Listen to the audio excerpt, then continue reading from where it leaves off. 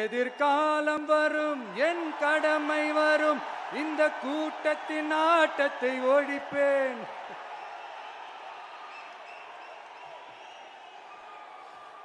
மக்கள் அரசியல் என்ற அந்த சவுக்க கையில் எடுக்கலாமா? யாருக்கு எதிரான தானே கேட்கிறீங்க? வேற யாரு? மறைமுக உறவுக்காரர்களான பாசிச பாஜகவும் பாய்சன் திமுகவும் தான். மாண்புமிகு பிரதமர் நரேந்திர மோடிஜி அவர்களே மூணாவது முறையா ஒன்றியத்தோட ஆட்சி அதிகாரத்தை நீங்க தானே கையில் வச்சிருக்கிறீங்க. இல்ல நாங்க தெரியாம தான் கேட்கிறோம்.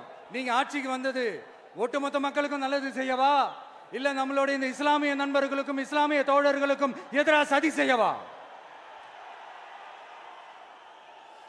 மக்களுக்கு உங்ககிட்ட கேட்கறதுக்குன்னு ஏராளமான கேள்விகள் இருக்குது. அதனால அவங்க சார்பா அவங்கள ஒருத்தனா அவங்களோட ஒரு உண்மையான ஒரு பிரதிநிதியா உங்ககிட்ட சில கேள்விகள் கேட்கணும். மிஸ்டர் பிரைம் மினிஸ்டர் அவர்களே, நம்ம தமிழ்நாட்டு மீனவர்கள் கிட்டத்தட்ட ஒரு 800 பேருக்கு மேல இலங்கை கடற்படையால தாக்கி அழிக்கப்பட்டிருக்கிறாங்க. அதை கண்டிக்கிறதுக்காக உங்களை பெருசா எதுவும் செய்ய சொல்லல, சின்னதா ஒன்னே ஒண்ணு மட்டும் செஞ்சு கொடுங்க. இனிமேலாச்சும் எங்களுடைய மீனவர்கள் பாதுகாப்பா இருக்கிறதுக்காக இந்த கச்சத்தீவை இலங்கை கிட்ட இருந்து மீட்டு கொடுத்துருங்க, அது போதும். உங்களுடைய இந்த முரட்டு பிடிவாதத்தால நீங்க நடத்துற இந்த நீட்டு தேர்வு, அதனால இங்க என்னென்ன நடக்குதுன்னு சொல்றதுக்கே மனசு வலிக்குது. அதனால அந்த நீட்டு தேர்வு தேவையில்லைன்னு அறிவிச்சிருங்க, அது போதும். செய்வீர்களா திரு நரேந்திரபாய் தாமோதர் மோடிஜி அவர்களே? எங்களுக்கு என்னென்ன தேவையோ என்னென்ன நல்லதோ அதெல்லாம் செய்ய மாட்டேங்கிறீங்க.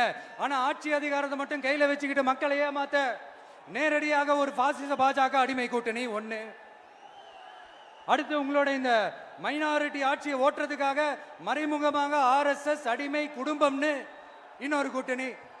இப்படி மக்கள் சக்தியே இல்லாத இந்த ஊழல் கட்சிகளை மிரட்டி அடிபணிய வச்சு 2029 வரைக்கும் சொகுசு பயணம் போயிடலாம்னு திட்டம் தீட்டி வச்சிருக்கிறீங்க. அதானே ஜி? என்ன ஜி? ஒண்ணு மட்டும் சொல்றேன், தெரிஞ்சுக்கங்க.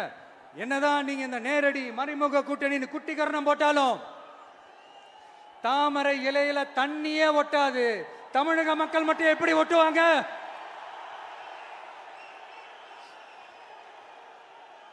இங்க ஒரு MP சீட்டு கூட தரலன்றதுக்காக தமிழ்நாட்டுக்கும் தமிழ்நாட்டு மக்களுக்கும் எதுவுமே செய்யாம ஓரவஞ்சனை செய்யுது இந்த ஒன்றிய பாஜக அரசு. சங்கம் வச்சு தமிழ் வளர்த்த மண் இந்த மதுரை மண். அதனால இங்க அந்த கீழடியில கிடைச்ச ஆதாரங்களை எல்லாம் மறைச்சிட்டு